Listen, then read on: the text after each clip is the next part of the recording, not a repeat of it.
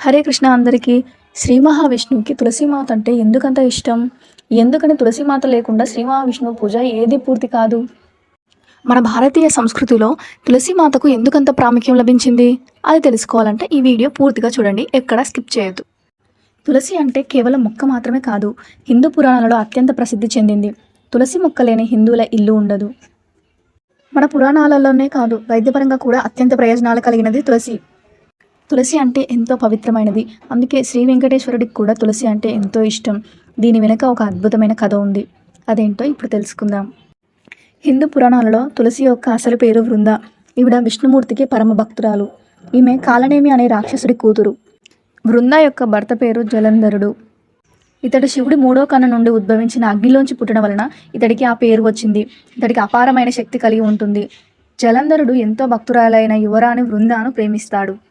వృందాదేవి శ్రీ మహావిష్ణువు భక్తురాలు. జలంధరుడు దేవతలను అసహ్యించుకునేవాడు. కానీ విధి వల్ల వీళ్ళిద్దరూ పెళ్లాడతారు. నిజానికి అతనితో పెళ్ళయ్యాక ఆమె భక్తి పవిత్రత వల్ల అతని శక్తి మరింత పెరిగిపోతుంది. పరమశివుడు కూడా జలంధరుడిని ఓడించలేకపోతాడు. అతడి మూర్ఖత్వం వల్ల పరమశివుడిని ఓడించి విశ్వానికి అధిపతిగా కావాలనుకుంటాడు. దేవతలందరూ జలంధరుడి శక్తిని చూసి భయపడిపోతారు. వారు విష్ణుమూర్తి వద్దకు సహాయం కోసం వెళ్తారు. విష్ణుమూర్తి వృంద తన భక్తురాలు కావడంతో ఆమెకు జరగబోయే అన్యాయం వల్ల సందిగ్ధంలో పడతాడు. కానీ జలంధర్ వల్ల జరిగే నష్టం వల్ల మహావిష్ణువు మాయ చేయాలని నిర్ణయించుకుంటాడు. జలంధరుడికి పరమేశ్వరుడితో భీకరమైన యుద్ధం జరుగుతూ ఉండగా శ్రీ మహావిష్ణువు వృంద వద్దకు జలంధర్ రూపంలో వస్తాడు. వృంద అతడిని గుర్తుపట్టదు. అతడిని జలంధరుడనే భావిస్తుంది. వృందాదేవి వచ్చింది తన భర్త జలంధరుడేమోనని గ్రహించి శ్రీ మహావిష్ణువును తాకుతుంది.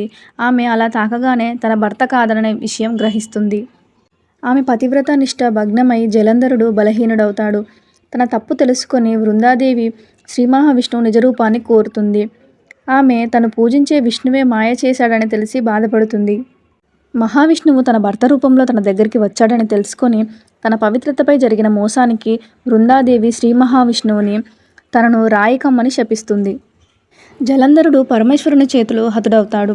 వృందాదేవి కుంగిపోయి తన జీవితాన్ని కూడా ముగించాలనుకుంటుంది. విష్ణుమూర్తి ఆమె భక్తికి ఆమె పరాతిపత్యానికి మెచ్చుకొని ఆమెను తులసిగా పిలుస్తాడు. తులసి అంటే పవిత్రురాలు, పవిత్రమైనది అని అర్థం. తనతో పాటు తులసి కూడా పూజించబడుతుందని, తులసి లేనిదే తన పూజ పూర్తి కాదని వృందాదేవికి వరం ఇస్తాడు. అందుకే శ్రీమన్నారాయణుని పూజలలో తులసి ఆకు లేకుండా చేసే పూజ ఇప్పటికీ పూర్తి అవ్వదు. రాక్షసుడి కూతురిగా పుట్టిన వృందాదేవి చివరికి భక్తితో ప్రేమతో విష్ణువుతో సమానంగా పూజలు అందుకుంటుంది. వృందాదేవి శాపాన్ని స్వీకరించిన శ్రీ మహావిష్ణువు ఇప్పటికీ కూడా గండకీ నదిలో శాలిగ్రామ శిలగా